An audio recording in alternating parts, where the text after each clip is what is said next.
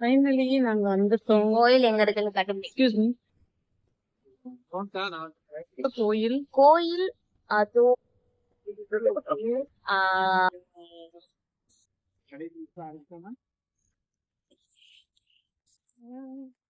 பார்த்து நடங்க. சர்க்கிள் இறங்கு இறங்கு இறங்கி போய்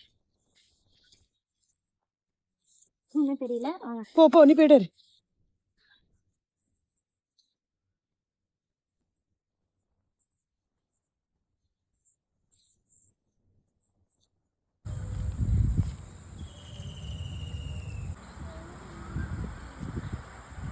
இருக்கும்பொழுது அங்க இருந்து கோயில் திருவிழா முடிச்சுட்டு நடந்தே தான் வரணும். அப்ப வண்டி கிடையாது.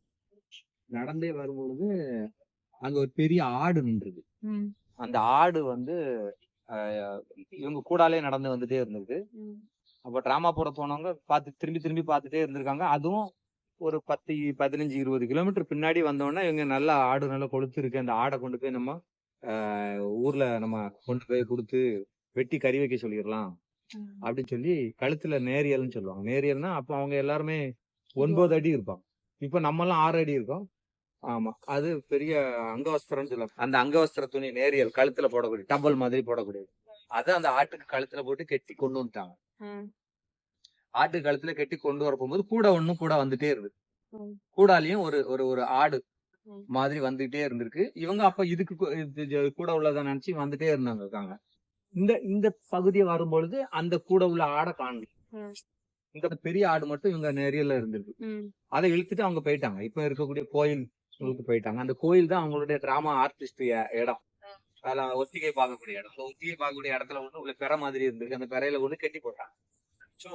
ஓலையை வச்சு சாய்ச்சு கெட்டிட்டு இவங்க அடுத்த நாள் போய் பார்க்கும் பொழுது அந்த அடுத்த நாள் காலையில நம்ம அந்த நேரியல் துணி மட்டும் அப்படி இருக்கு. இவங்க அதை பெருசா எடுத்துக்கல. இவங்க அதை விட்டுட்டு போயிட்டாங்க. அப்புறம் ஊர்ல இருக்கிறவங்களுக்கு எல்லாம் ஒரு மாதிரி வியாதி எல்லாம் வர ஆரம்பிச்சு. அப்போ வந்து கால்ரா வந்து அப்போ ஒரு பெரிய வியாதி. அந்த கால்ரா வந்தோடனே அவங்க அந்த கால்ரா குணப்படுத்துறதுக்காக மருந்தெல்லாம் குடிச்சிருக்காங்க, கேட்கல. அதுக்கப்புறம் அவங்க பிரசன்னம் வந்து ஜாதகம் எல்லாம் பார்ப்போம் இல்லையா, அப்ப அது ஒரு பெரிய விஷயம் இல்லையா, சாமிட்டு அருள் கேட்க. அப்போ ஒரு அருள் கேட்கும், நீ கோயில்ல ஆடு கட்டிட்டு போன இடத்துல போய் பாரு, ஏதாவது வித்தியாசம் தெரியுதான்னு பாருன்னா குச்சி மாதிரி ஏதோ ஒண்ணு முளைச்சிருக்கு. குச்சி மாதிரி இருந்திருக்கு. அதுதான் வந்து நீங்க அங்க இருந்து வந்து காளிகேசத்துல உள்ள காளி, நீங்க அவளை வந்து முறையா பூசை பண்ணி கும்பிடுங்க, இல்லைன்னா உங்க சமூகத்துக்கு கஷ்டம், அவ வந்து நல்லாக்கி வைப்பா அவங்கள. அப்புறம் தான் அவங்க அந்த அந்த அவ அங்க போனது தங்கை, இந்த இங்க இருக்கிறது அக்கா. அந்த அக்கா தங்கைக்கு வந்து சைவ படைப்பு, முட்டை கிடையாது, கீரை வச்சு சைவ படைப்பு. இங்க இருக்கிறவங்களுக்கு அசைவ படைப்பு. கோழி அறுத்து பொங்கல் விடுவாங்க. கோழி பலி கொடுக்கும் இந்த கோயில்ல. கோழி அறுத்து அந்த சமைச்சு வைக்கணும் இவங்க மூத்தவங்க.